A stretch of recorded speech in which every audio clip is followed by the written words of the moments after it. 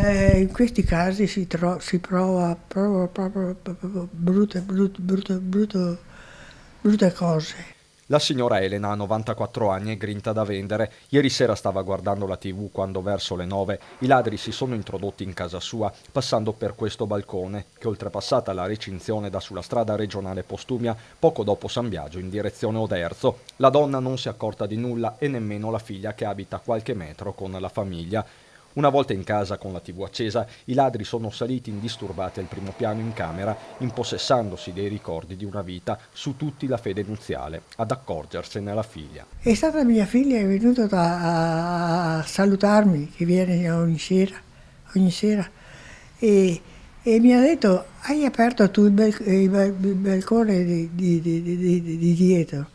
E mi ha detto no, e dice, perché hai aperto là?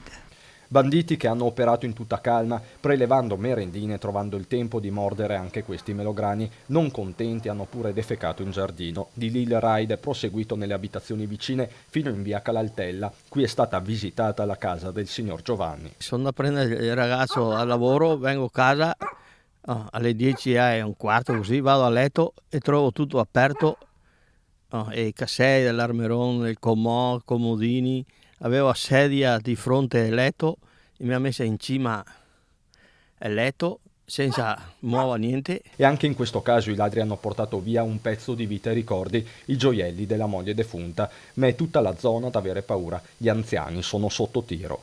Ho paura tanta. Male perché quando si ha una certa età si soffre a sentire queste cose.